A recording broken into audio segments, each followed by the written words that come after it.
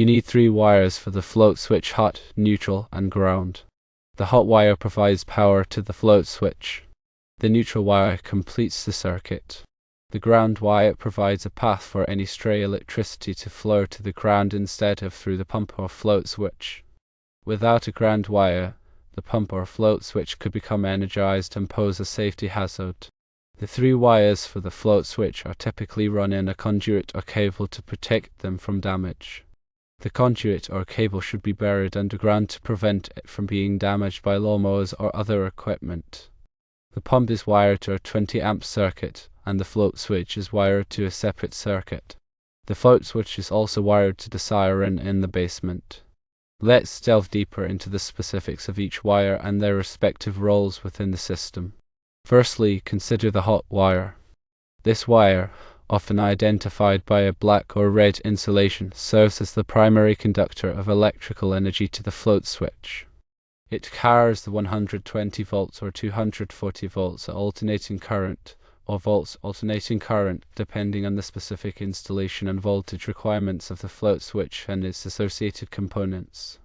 The hot wire originates from a circuit breaker within the electrical panel, which provides overcurrent protection to prevent damage to the wiring and equipment in the event of a fault or overload.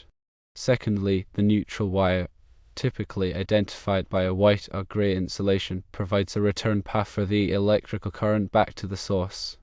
It completes the circuit, allowing the electrical energy to flow in a continuous loop from the hot wire through the float switch and back to the neutral wire. The neutral wire is typically grounded at the electrical service entrance, providing a reference point for the voltage and ensuring a stable electrical system. Thirdly, the ground wire, typically identified by a green or bare copper conductor, provides a safety path for electrical current in the event of a fault. It is connected to the metal enclosure of the pump, the float switch, and other electrical equipment, providing a low impedance path for fault current to flow back to the source. This allows the circuit breaker to trip quickly, disconnecting the power and preventing electrical shock hazards. The ground wire is essential for ensuring the safety of personnel and preventing damage to equipment in the event of an electrical fault. In the absence of a properly installed ground wire, a fault could cause the metal enclosure of the pump or float switch to become energized, posing a significant shock hazard to anyone who comes into contact with it. Moreover, the lack of a ground wire could prevent the circuit breaker from tripping in the event of a fault, potentially leading to overheating, fire, or other serious consequences. The importance of using a conduit or cable to protect the float switch wires cannot be overstated.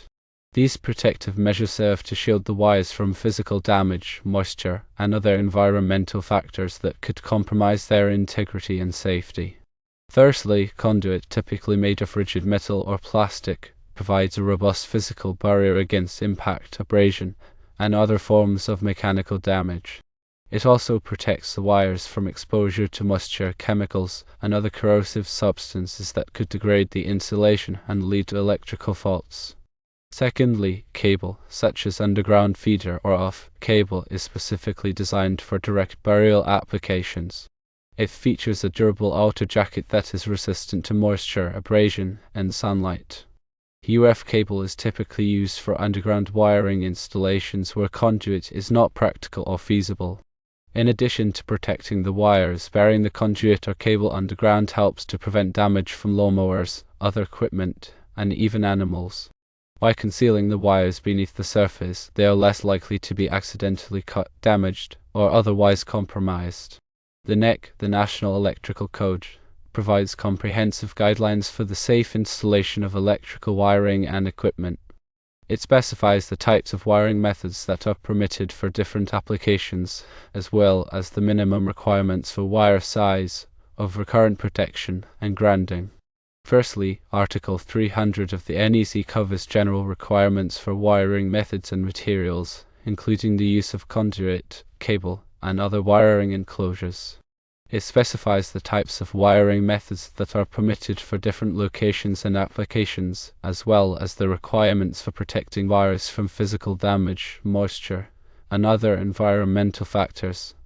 Secondly, Article 310 of the NEC covers requirements for conductors for general wiring, including the selection of appropriate wire sizes based on the ampacity or current carrying capacity of the wire.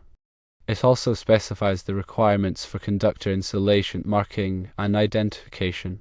Thirdly, Article 250 of the NEC covers grounding and bonding, including the requirements for grounding electrical equipment and systems to ensure electrical safety. It specifies the types of grounding electrodes that are permitted, as well as the requirements for bonding metal enclosures and equipment to the grounding system. The installation of the float switch and pump wiring should be performed by a qualified electrician who is familiar with the requirements of the NEC and local electrical codes. A qualified electrician will ensure that the wiring is installed safely and correctly, using appropriate materials and methods. They will also verify that the wiring meets all applicable codes and regulations. Moreover, a qualified electrician can provide valuable advice and guidance on the selection of appropriate equipment and wiring methods for your specific application. They can also troubleshoot any problems that may arise during the installation or operation of the system. When selecting a float switch, it is important to consider the specific requirements of your application. Firstly, consider the type of liquid that the float switch will be used in. Different types of liquids have different properties that can affect the performance of the float switch. For example, some liquids may be corrosive or abrasive, while others may be viscous or contain solids. Secondly, consider the temperature and pressure of the liquid. Float switches are typically rated for specific temperature and pressure ranges. It is important to select a float switch that is appropriate for the operating conditions of your application. Thirdly, consider the size and shape of the tank or vessel that the float switch will be installed in. The float switch should be sized appropriately for the tank to ensure that it operates reliably and accurately. Fourthly, consider the type of output signal that is required. Float switches are available with a variety of output signals, such as normally open or no, normally closed, or NC, and single pole double throw, or SPDT. Select a float switch with an output signal that is compatible with your control system. In addition to the float switch itself, you will also need to select appropriate wiring, conduit or cable, and other accessories. Firstly, select wiring that is rated for the voltage and current of the float switch in the operating environment. Secondly, select conduit or cable that is appropriate for the location and application.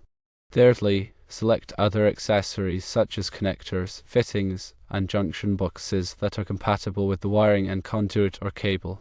The siren in the basement serves as an audible alarm to alert occupants of a high water level in the lateral field.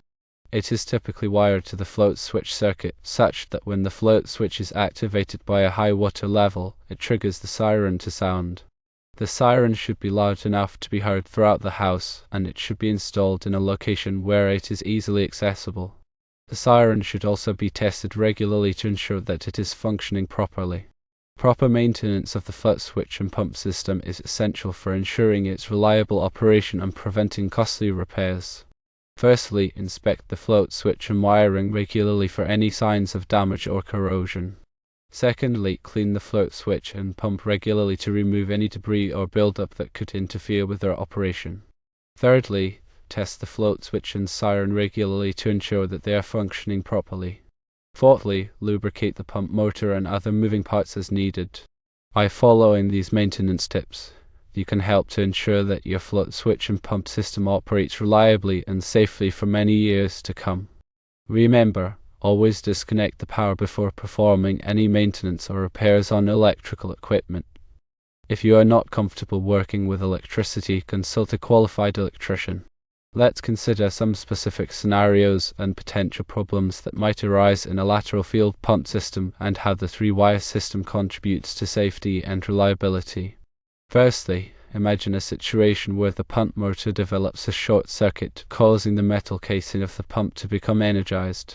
Without a properly grounded system, anyone touching the pump could receive a severe electrical shock. The ground wire provides a low resistance path for the fault current to flow back to the electrical panel, tripping the circuit breaker and quickly disconnecting the power, preventing a potentially fatal injury. Secondly, consider a scenario where the float switch itself is exposed to moisture or condensation, leading to a gradual deterioration of its insulation.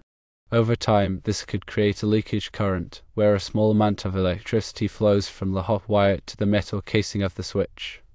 Again, without a ground wire, this leakage current could energize the switch casing, posing a shock hazard.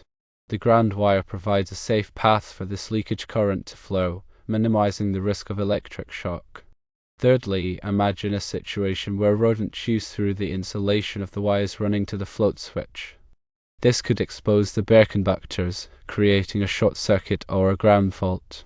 The presence of a ground wire helps to ensure that the circuit breaker will trip quickly, disconnecting the power and preventing a fire or other serious damage. The neutral wire plays a crucial role in ensuring the proper operation of the float switch and the siren. It provides the return path for the electrical current, allowing the circuit to be completed and the devices to function as intended. Firstly, without a neutral wire, the float switch would not be able to detect the water level and activate the siren. The hot wire provides the power to the switch, but the neutral wire is necessary to complete the circuit and allow the electrical current to flow. Secondly, the neutral wire also helps to stabilize the voltage in the circuit, preventing fluctuations that could damage the float switch or the siren. A stable voltage is essential for ensuring the reliable operation of electrical devices. Thirdly, in some cases, the neutral wire may also be used as a reference point for the voltage in the circuit.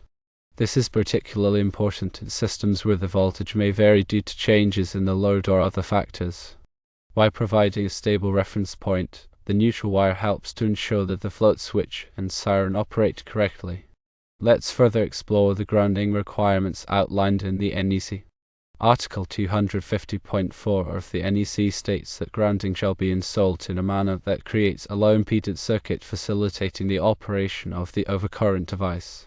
This means that the grounding system must be designed to provide a clear and unobstructed path for fault current to flow back to the source, allowing the circuit breaker to trip quickly and effectively. Article 250.24 of the NEC covers grounding requirements for separately derived systems, such as generators and transformers. These systems require a separate grounding electrode system to ensure that they are properly grounded. Article 250.50 of the NEC covers grounding electrode systems, including the types of grounding electrodes that are permitted, such as ground rods, ground plates, and metal underground water pipes. It also specifies the requirements for the size and installation of grounding electrodes. Article 250.118 of the NEC lists the types of equipment grounding conductors that are permitted, such as copper wire, aluminum wire, and rigid metal conduit.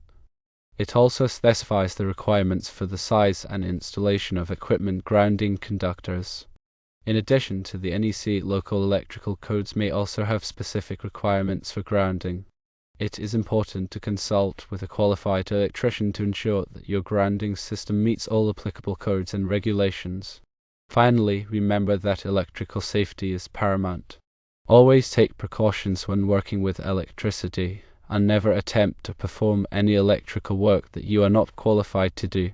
If you have any doubts or concerns, consult a qualified electrician. By following these guidelines, you can help to ensure the safety and reliability of your lateral field pump system.